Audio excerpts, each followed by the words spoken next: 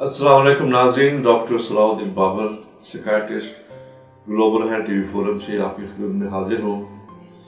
आज मैं जिस मौजू में बात करना चाहता हूँ, इसमें नौजवान नस्ल जो है वो ज़्यादा इन्वॉल्व है। वो बात है मंशियात के इस्तेमाल की।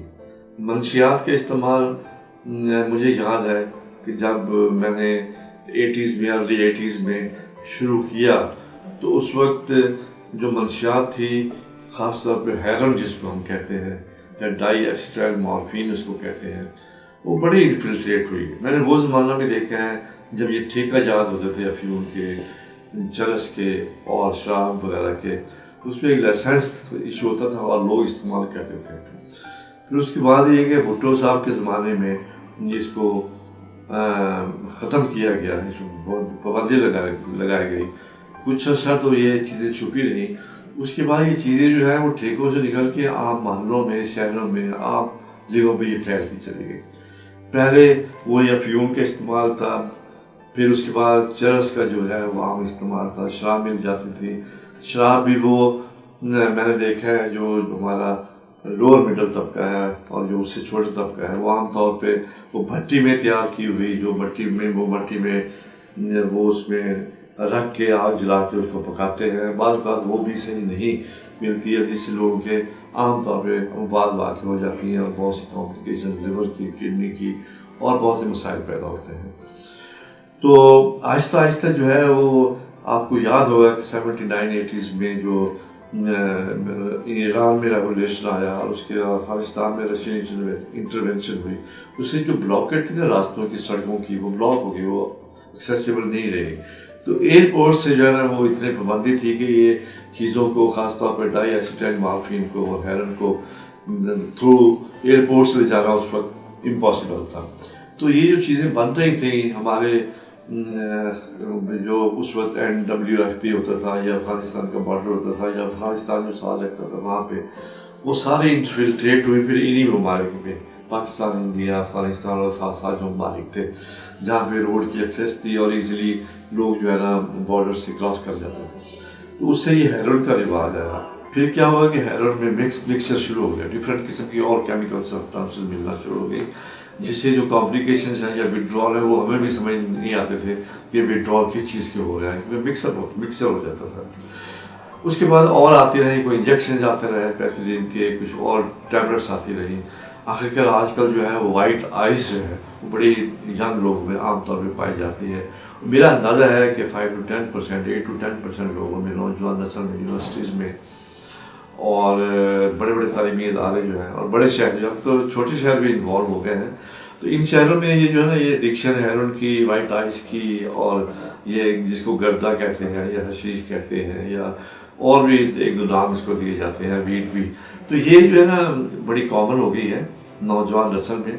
तो इसके लिए वालिदैन को बहुत ज़्यादा केयरफुल होना चाहिए। बल्कि वाइट आइज पे मेरा एक पूरा आर्टिकल प्रिंट हुआ है, पूरे सफ़े का कलर्ड पेज है, उस पर मैंने बड़ी तफसील से इसका जिक्र किया है। तो इन चीज़ों से बचने के लिए मैं वालिदैन के लिए कुछ बातें बताना चाहूँगा कि वालिदैन अपने बच्चे पे जो बाहर जा रहा है तालीम के लिए या किसी ऐसे काम के लिए और नौजवान और जवान एज में है, नौजवानी की एज में है, मिसाल के तौर पर ले 16 साल से 24 साल तक की एज में है, ये बड़ी प्रोडक्टिव एज है। देखिए, आप अगर कहें ना तो 16 साल या 18 साल से लेकर 30 ईयर्स 28 ईयर्स तक, it is a productive life. इसमें इंसान ने अपना फ्यूचर बनाना होता है, तालीम के साथ साथ उसे अपना प्रोफेशन चूज़ करना होता है।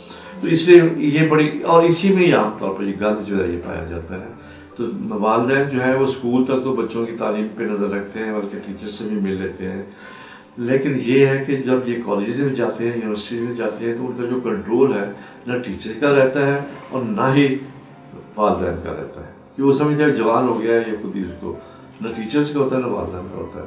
लेकिन वालिदैन को इस पे उसी तरह तवज्जो देनी चाहिए कि अगर बॉडी में तो कुछ मैच्योर होगी या बालग हो गया, लेकिन जहन जो है अभी बच्चा होता है, ये वक्त के साथ साथ जो मैच्योर होता है जहन जो है। तो इसलिए मैं कहूँगा कि इन बच्चों के पीछे रहें, देखें, घर में उनकी रूटीन देखें, बाहर उनकी रूटीन देखें। ख़ास तौर पर देखें बच्चा जब वक्त की पाबंदी नहीं कर रहा, घर में वक्त पे नहीं आ रहा, अपनी हाइजीन की मेंटेन नहीं कर रहा, آئی ٹو آئی کانٹیکٹ نہیں کر رہا، اپنی پرسنل اور جو فزیکل ہائیجین ہے یا کپڑوں کی یا دوسری چیزوں کی، وہ اس میں جو کرتا تھا شیپ پراپر کرنا، کٹنگ پراپر کروانا، وہ نہیں کر رہا. انٹریکشن آنکھ سے آنکھ سے آئی ٹو آئی کانٹیکٹ نہیں کر رہا. اس کی جو دوستوں کی جو ایک عام جو دوستوں سے ہٹ کے غیر لوگوں سے اس کا ملنا جلنا شروع ہو گیا ہے، اس سے دوسرے لوگ بھی ملنے آتے ہیں. وہ ٹائم بائی ٹائم باہر چلا جاتا ہے بغیر منہ دھوئے، بغیر دانت صاف کیے ہوئے. کھانے میں وہ ریگولر نہیں رہا جیسے وہ کرتا تھا. یا یہ ہے کہ اس نے اپنے گھر کے اخراجات میں سے اپنے لیے زیادہ پیسے دینے شروع کر دیے ہیں کسی نہ کسی بہانے سے. فیس کالج میں آپ نے دی ہے یونیورسٹی میں جمع کروانے کے لیے، اس میں سے آدھی جمع کروانی نہیں ہے. وہ آپ کو کافی دیر بعد پتہ چلا جب ایریز آنے شروع ہوئے، جب گھر میں سے چیزیں غائب ہونا شروع ہو گئیں، قیمتی چیزیں، کہ وہ وہ شروع میں تو نوکروں پہ ان پہ شک ہوتا ہے، لیکن بعد میں پتہ چلتا ہے کہ اپنا ہی بچہ اپنی ایڈکشن کو پورا کرنے کے لیے کام کرنا شروع کر دیا ہے اور لیٹ ہو جاتا ہے. تو اس لیے اس عمر میں بچوں پہ آپ بہت نظر رکھیں، ان کی سوشل ایکٹیویٹیز پہ، ان کی پرسنل ایکٹیویٹیز پہ، ان کے انٹریکشن پہ، ان کے اسکول یونیورسٹی اور کالج کی ایجوکیشن کے ٹیچر سے ملنے پہ، اس کو فالو کرنے پہ، یہ تمام چیزوں پہ آپ متوجہ ہوں، کیونکہ یہی آپ کا ایسٹ ہے. سب جو کام آپ نے زندگی میں کمایا، لیا، کھویا، گوایا، کمایا، وہ سب انہی پہ لگتا ہے. اور یہی ماں باپ کا ایسٹ ہوتے ہیں، سرمایہ ہوتے ہیں.